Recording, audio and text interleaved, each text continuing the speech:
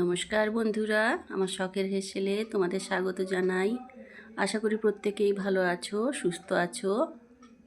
আজকের রেসিপি এঁচোড়ের কারি। খুব সিম্পলভাবে বাঙালি বাড়িতে রেগুলারলি যেরকমভাবে এঁচোড়ের কারি করা হয় সেটাই তোমাদের কাছে তুলে ধরছি। তার জন্য কড়াই নিয়ে নিয়েছি। কড়াইয়ে সরষের তেল গরম করে নেব। সম্পূর্ণ রেসিপিটার সাথে থেকো। কেমন লাগলো অবশ্যই জানিও। যদি ভালো লাগে অবশ্যই একটা লাইক সাবস্ক্রাইব করে দিও। তেলটা গরম হয়ে গেছে, এর মধ্যে ফোড়ন দিয়ে দিলাম 5 ফোড়ন আর একটা তেজপাতা, আর দিয়েছি 2টো কাঁচা লঙ্কা। এখানে দিয়ে দিলাম একটা গোটা পেঁয়াজ কুচনো। এটা হালকা ভেজে নেব। পেঁয়াজটা হালকা ভাজবো, লাল লাল করে ভাজবো না।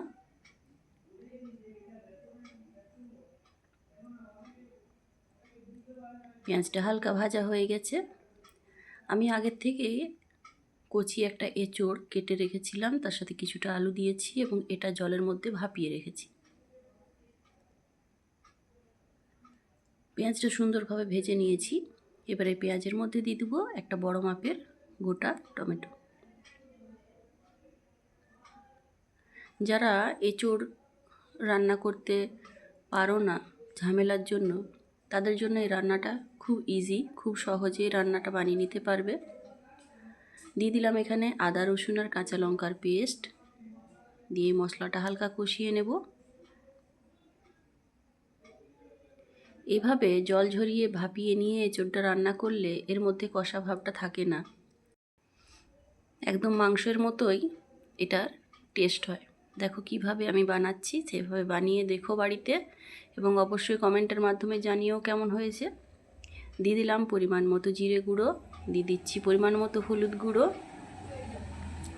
সাথে দিলাম পরিমাণ মতো ধনে গুঁড়ো আর একটু লঙ্কার গুঁড়ো। দিয়ে এই মশলাটা বেশ ভালোভাবে কষিয়ে নেব। মশলাটা যেহেতু কড়াইয়ের গায়ে হালকা লেগে যাচ্ছিল, তাই একটু জল দিয়ে এটাকে কষিয়েছি। সুন্দরভাবে মশলাটাকে কষিয়ে নিলে এর মধ্যে থেকে আস্তে আস্তে সাইড থেকে তেল ছাড়বে, তখন বুঝে যাব যে মশলাটা কষানো হয়ে গেছে। দেখো সুন্দরভাবে তেল ছেড়ে দিয়েছে। এখন এই মশলাটার মধ্যে আমি আগে থেকে ভাপিয়ে রাখা আলু আর দিয়ে দিচ্ছি এঁচোড়। আলু আর এঁচোড়টা দেওয়ার পর খুব সুন্দরভাবে এটাকে খানিকক্ষণ আস্তে আস্তে কষিয়ে নিতে হবে। সুন্দরভাবে দেখো কষিয়ে নিলাম। কষানো হয়ে গেলে এর মধ্যে দিয়ে দেব স্বাদ মতো নুন,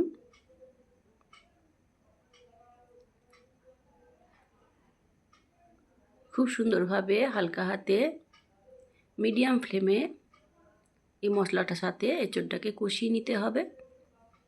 কষানো হয়ে গেছে, এবার এর মধ্যে পরিমাণ মতো জল দিয়ে দেব। এই এঁচোড়ের রেসিপিটা একদম শুকনো শুকনো বানিয়েছি, তাই এখানে জলের পরিমাণটা কম দিয়েছি, যাতে এঁচোড় এবং আলুটা সেদ্ধ হয়ে গেলে জলটা কমে যায়। কিছুক্ষণ ঢাকা দিয়ে রাখার পর দেখো সুন্দরভাবে ফুটে উঠেছে, জলটাও কমে গেছে এবং এঁচোড়ের কালারটা কি সুন্দর এসেছে। খুব সুন্দর একটা মশলাদার চটপটা একটা রেসিপি তৈরি হয়ে গেছে। এটা এবারে নেড়ে চেড়ে আর একটু জলটা কমিয়ে নেব। তারপর এর মধ্যে গরম মশলা এবং ঘি দিয়ে দেব, দিয়ে গরম গরম নামিয়ে নেব। এঁচোড়ের তরকারি এইভাবে যদি রান্না করো খুব সুন্দর টেস্ট হয়। একবার বানিয়ে দেখো বন্ধুরা, অবশ্যই জানিও কেমন হয়েছে। তোমাদের কমেন্টের আশায় রইলাম। যদি ভিডিওটি ভালো লেগে থাকে একটা লাইক সাবস্ক্রাইব অবশ্যই করে দিও। পাশে থেকো, সুস্থ থেকো। দেখা হচ্ছে তোমাদের সাথে পরবর্তী ভিডিওতে। এতক্ষণ আমার ভিডিওর সাথে জুড়ে থাকার জন্য তোমাদের অসংখ্য ধন্যবাদ।